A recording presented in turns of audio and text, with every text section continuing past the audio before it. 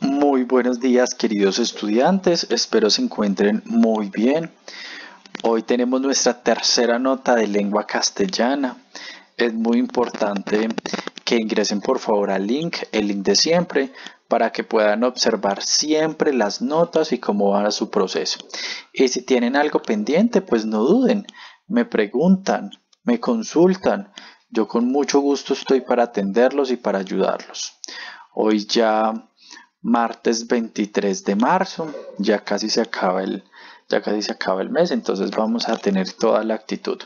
Muchas gracias a ustedes por la puntualidad, muchas gracias por el compromiso. Pues empecemos. Lo primero que vamos a hacer es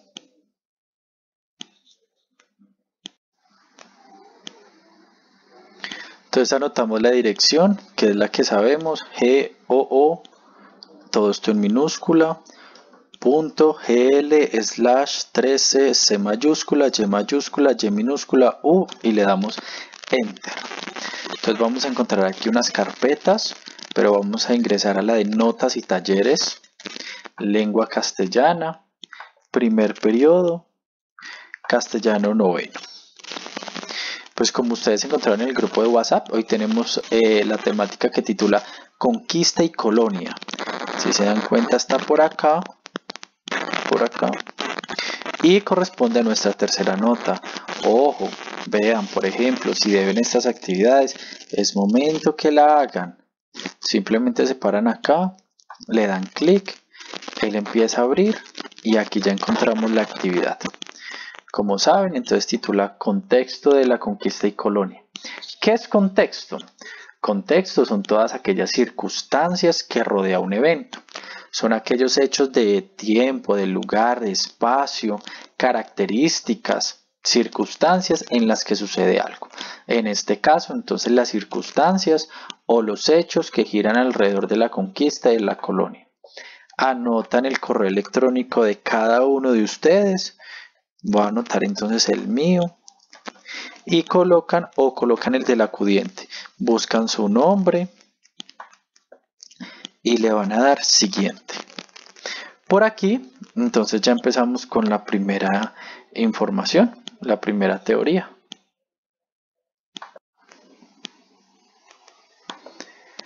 Bien, dice así, contexto de la conquista y la colonia.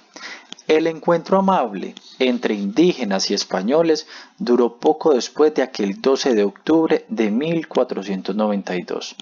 No nos olvidemos que estamos hablando entonces de un paso muy importante de la literatura.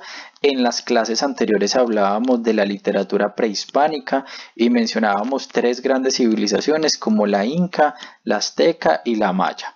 Civilizaciones indígenas que se caracterizaban porque eran politeístas, creían en diferentes dioses, porque su forma de hablar era diferente a la nuestra, a la de los españoles, porque su forma de ver el mundo totalmente diferente.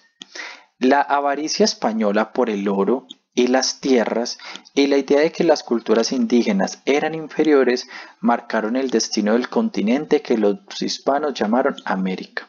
Claro, entonces el oro, las tierras y esas diferencias que tenían las civilizaciones indígenas marcó para siempre su historia.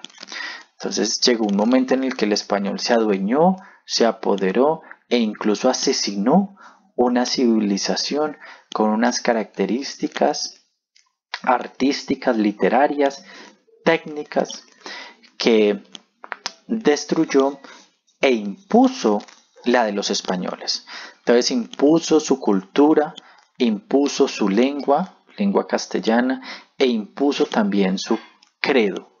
Impuso la forma en la que visualizaban a los diferentes dioses y en el caso de los españoles, pues a Dios, al judío cristiano.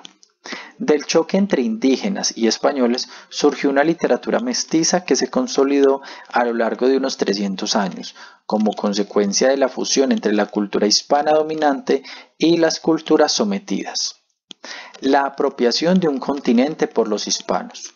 Por su diario de a bordo, conocemos que incluso antes de saber a dónde había llegado, el primer gesto del almirante Cristóbal Colón al tocar tierra fue tomar posesión de ella en nombre de los reyes que representaba. Entonces sabemos que Cristóbal Colón llegó a esta tierra. En el transcurso de la historia hemos utilizado palabras como que descubrieron, ¿cierto? Conquistaron, pero en realidad más que un proceso de que se haya descubierto, dado que ya estaba, ¿cierto? Era porque los españoles desconocían completamente este territorio y pensaban que iban a llegar por estos lados a las Indias. Y mentiras que se encontraron todo un continente con unas civilizaciones que para ellos simplemente eran unos salvajes, unos animales, y que por tal motivo se apoderaron de ello. Esta muestra de intolerancia justificó la imposición de vestiduras occidentales, de la lengua castellana y de la evangelización. Claro, entonces estos grupos españoles, estos conquistadores, necesitaban hacer el proceso de evangelización y también de hacer una regulación de esta civilización que había acá. Los primeros textos literarios escritos en lengua española americana fueron las cartas de relación, informes militares al rey y las crónicas, relatos pormenorizados de la exploración del continente, lo que llamaban y lo que ocurría, que incorpora numerosas palabras indígenas. Como se encontraron con una selva exótica, una fauna, una flora muy diferente, unos frutos que no existían en España, unas personas también totalmente diferentes, pues todo esto que parecía casi fantasía, como los hombres se movilizaban por los árboles, cómo se comunicaban, cómo tenían una estrecha relación con los animales, cómo incluso algunos animales se convirtieron en dioses, pues todo esto se plasmó en los textos que titulamos crónicas y diferentes diarios. La invasión cultural desde la mirada indígena. Veamos ya desde la mirada indígena. Desde sus presagios, los pueblos indígenas percibieron a los españoles como una tormenta. Ellos sentían, desde la literatura hemos podido evidenciar esto, que ya había un temor, ¿cierto? Una preocupación, una angustia, que representaba el fin. En los pocos textos que de entonces se conservan, manifiestan un profundo desespero y pesimismo por su nueva realidad. Durante los siglos XVI y XVII, en la península maya, indígenas ya evangelizados escribieron en su lengua el Chilam Balán, textos proféticos o presagios de sus sacerdotes, que revelan la historia y costumbre de los mayas. Aquí tenemos otro fragmento. Este es Calai de la Conquista, y muchos pequeños pueblos, con sus dioses familiares delante, fueron tras ellos también. No quisieron esperar a los Tzules ni a los cristianos, no quisieron pagar tributo. De ese tiempo cuando los hombres vivían saludables. Antes de la llegada de los españoles, estos territorios indígenas, estas civilizaciones, pues gozaban de salud. No habían enfermedades, pues no habían enfermedades que habían traído los españoles, por ejemplo como la viruela que había traído los españoles, entre otras enfermedades que desde luego estas personas que habitaban en este continente pues no tenían las defensas y por el contrario devastó mucha parte de su civilización. Cuando no había enfermedad, no había dolor de huesos, no había viruela, cuando rectamente iba erguido el cuerpo de los hombres, Chilam Balán. Y tenemos aquí un segundo fragmento, Agüeros de los aztecas. Este fragmento también entonces nos está pronosticando cómo ellos visualizaban a estos pueblos españoles. Creían en 1000 agüeros y señales, y mayormente tenían gran agüero en el búho, y si le oían graznar o aullar sobre la casa que se asentaba, decía que muy presto había de morir alguno de aquella casa. Tenían también que la mujer que paría 2 de un vientre, lo cual en esta tierra acontece muchas veces, que el padre o la madre de los tales había de morir. El remedio que el cruel demonio les daba era que mataran uno de los mielgos, o sea, uno de los mellizos, uno de los hijos, y con esto creían que ni moriría el padre ni la madre, y muchas veces lo hacían. Si se dan cuenta, los pueblos indígenas pues tenían unos rituales que también eran unos rituales muy sangrientos, unos rituales que para nosotros y muchos más para los españoles de esa época lo que generaba era un escándalo, un temor e incluso utilizar adjetivos para estas civilizaciones muy fuertes, adjetivos como salvajes, ¿cierto? Adjetivos como animales, adjetivos como asesinos. Pero todo esto hace parte de la forma de ver el mundo para esta civilización, que es muy respetable. Nuestra forma de ver el mundo también es muy diferente actualmente a alguien que tal vez esté en Japón o a alguien que profese otra religión, tal vez como los hinduistas o los budistas, y por eso mismo hay que respetar. En esta época no se respetó, sino que tocaba aniquilar al otro.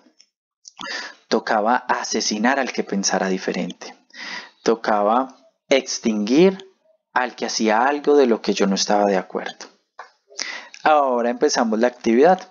Acabamos de leer dos textos. Este, que es el Calais de la Conquista, y Agüeros de los Aztecas. Veamos qué toca hacer. Nos toca comparar los dos textos de la Conquista y los Agüeros de los Aztecas y responder. Lo que tienen que hacer entonces es leerlo, ¿cierto? Nuevamente, después de leerlo dice, primero, ¿de qué manera se perciben los unos a los otros? Es decir, en cada texto, ¿cómo se percibe al pueblo español y cómo se percibe al pueblo indígena? ¿Qué es percibir? Ustedes se preguntarán. Pues percibir es ver cómo se ven o cómo se imaginan a los indígenas y cómo se ven o se imaginan a los españoles. Segunda pregunta. ¿Qué tema expone cada texto? Son dos textos. Entonces vamos a decir por el primer texto qué se expone, es decir, qué es lo que nos cuenta, qué es lo que se plantea, y por el segundo también qué es lo que se plantea o qué es lo que se expone. Y además vamos a hacer un párrafo para explicar cuáles son las diferencias. No nos olvidemos que ya en grado noveno debemos de entregar unos párrafos con una muy buena redacción, con una muy buena coherencia y con una muy buena cohesión. Párrafos estructurados teniendo en cuenta la intención de la persona que escribió la pregunta. Y nuestra siguiente interrogante es, vamos a consultar sobre Fray Toribio y luego de eso vamos a mencionar cuál es el propósito o la intención del texto Agüeros de Aztecas. Ese texto lo tenemos aquí arriba, véalo, es este.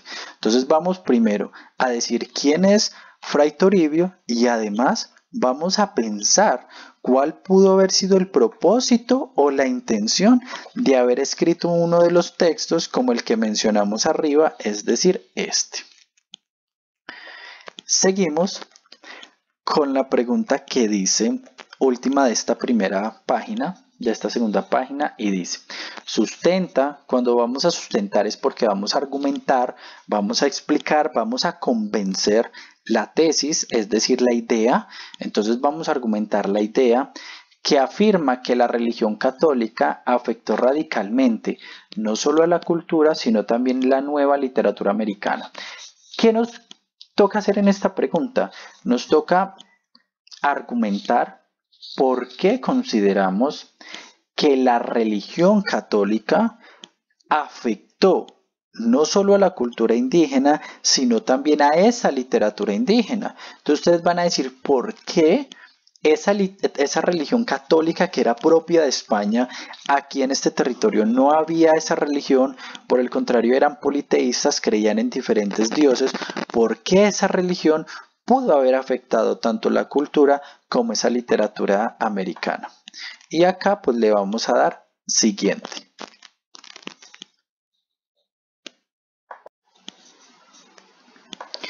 En esta página nos aparecen entonces los cronistas del Nuevo Mundo. ¿Quiénes son los cronistas? Pues desde luego, así como los cuentistas son los que escriben cuentos, los novelistas pues escriben novelas, los poetas escriben poemas, pues los cronistas escriben crónicas. ¿Y qué son crónicas? Las crónicas son textos en el que se describe, se detalla acontecimientos reales que han sucedido dando una secuencia lineal, es decir, de lo más antiguo que pasó hasta lo más reciente. Eso fue lo que pasó en esta época y las crónicas de Indias fue una de las producciones más frecuentes en esa época, dado que se contaba y se narraba no solo lo que se observaba, sino también todo eso que se escuchaba de las mismas comunidades indígenas y de los mismos conquistadores y diferentes personas que hacían parte de este grupo, ¿cierto? Aquí no solamente entonces habrán españoles, sino que también habrán esclavos, ¿cierto? Habrán criollos, habrán blancos, entre otros. Nada es ajeno a los cronistas, generalmente militares de bajo rango y curas. Parecen periodistas atisbados todo lo que sucede en las tierras de ultramar, cómo se relacionan conquistadores, aristócratas, criollos, religiosos, indígenas y esclavos.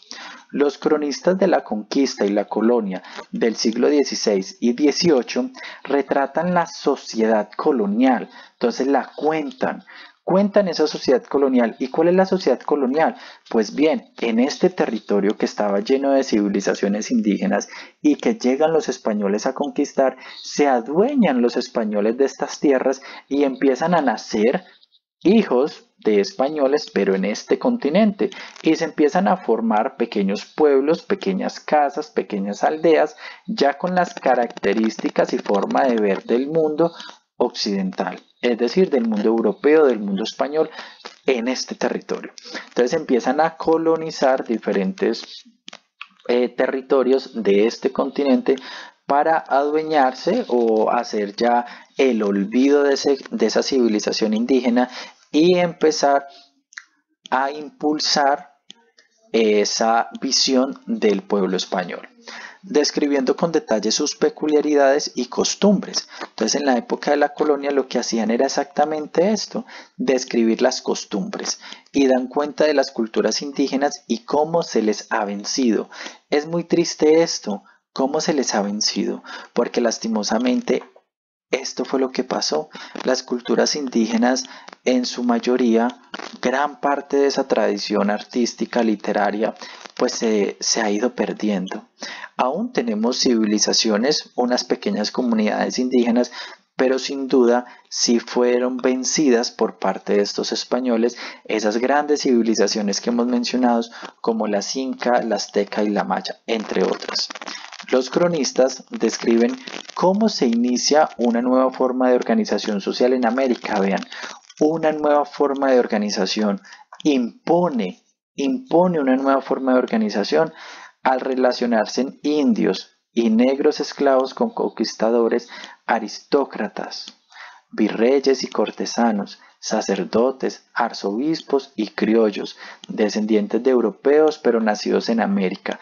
Eso es lo que significan criollos, que son descendientes de europeos, sus padres son europeos, españoles en su mayoría, pero que nacen aquí en este territorio americano. La sociedad, estos criollos no siempre tenían, en realidad no lo tenían, los mismos derechos ni el mismo poder que un europeo que hubiese nacido en España. La sociedad colonial que retratan es excluyente con el indígena y el negro, es decir, lo rechaza, es machista y estamental. En sus escritos hay gusto por el detalle, al lado de los elementos históricos. Hay espacio para la imaginación literaria, el fantaseo y la exageración. Tenemos por aquí un fragmento, Patagones. Un día, de pronto, descubrimos a un hombre de gigantesca estatura, el cual desnudo sobre la ribera del puerto bailaba, cantaba y vertía polvo sobre su cabeza. Mandó el capitán general a uno de los nuestros hacia él para que imitase tales acciones en signo de paz y lo condujera ante nuestro dicho jefe, sobre una islilla.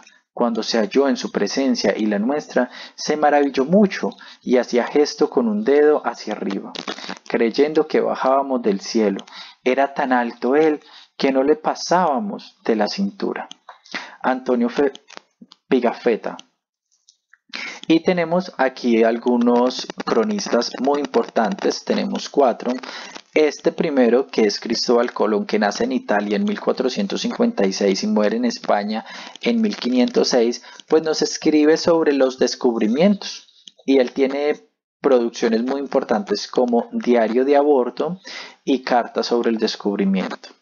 Ahora, Bernal Díaz de Castillo, que es español, nace y muere ahí, nace en 1492 y muere en 1580, nos habla sobre México en uno de los textos que es La historia verdadera de la conquista de Nueva España, escrita en 1632.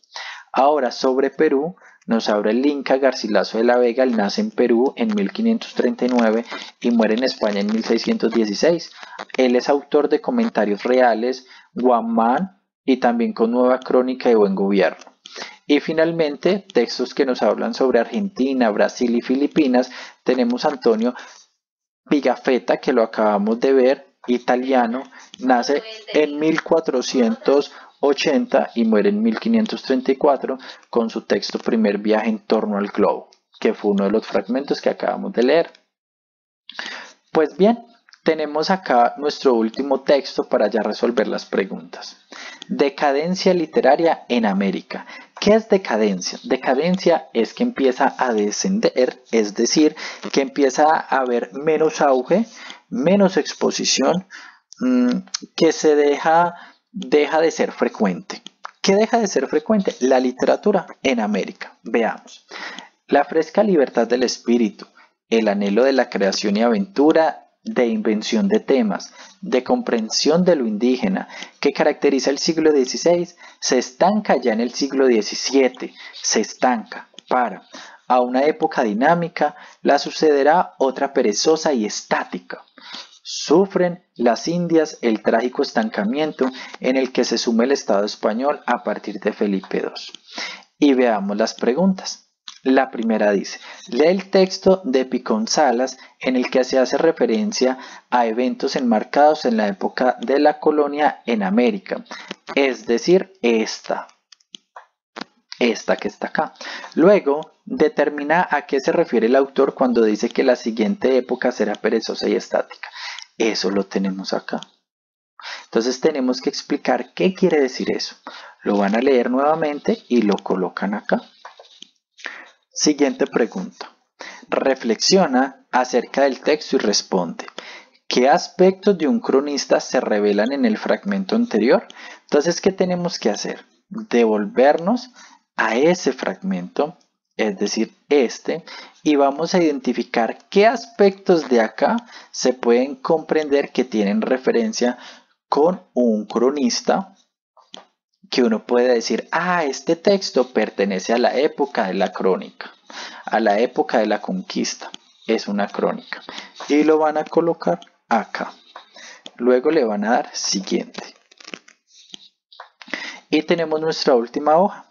Dice, explica si los textos elaborados por los cronistas pueden ser considerados como un aporte histórico o un aporte literario. Entonces esos elementos que ya dijimos que los cronistas hacían crónicas como las que mencionamos de los 4 autores, que nos habla entonces de México, que nos habla de la naturaleza, que nos habla de Perú, que nos habla de su forma de ver el mundo, de sus mismas costumbres, de sus dioses, de su cercanía con la naturaleza, de la misma destrucción, de la conquista, del oro, del poder.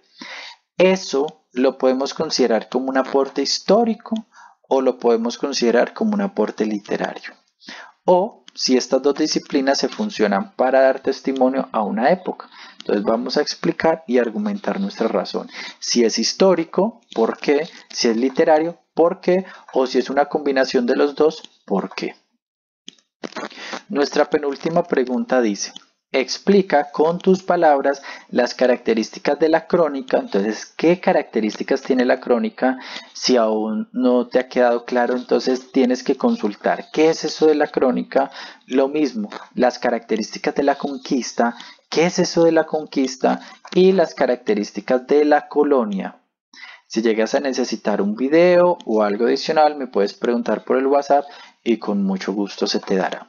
Y la última pregunta es, ¿Cuál es la diferencia entre la crónica, la conquista y la colonia? Entonces arriba eran las características y en esta de abajo es la diferencia de cada una de ellas. Entonces van a redactar unos párrafos donde digan las diferencias entre las tres. No se les olvide, con buena ortografía, con buena redacción, como estudiantes de grado noveno que son, y finalmente le van a dar enviar. Antes de dar enviar, tienen que estar seguros que las respuestas que colocaron estén completas, estén cohesionadas, tengan coherencia. Si tienen dudas, pues me escriben por el WhatsApp en el transcurso de la semana. Yo con mucho gusto les contesto. Cuando ya le den enviar, no hay nada que hacer. Ya luego yo califico la nota, califico las preguntas abiertas y en la planilla les va a aparecer la nota. No se puede repetir, por tal motivo es tan importante que estén seguros antes de darle enviar. Bueno, queridos estudiantes, muchísimas gracias por la atención, muchas gracias por el compromiso. Ya se pueden pasar al link para hacer la actividad. Si tienen alguna duda, ya saben que me pueden preguntar. Un feliz día, una feliz semana también. Hasta luego.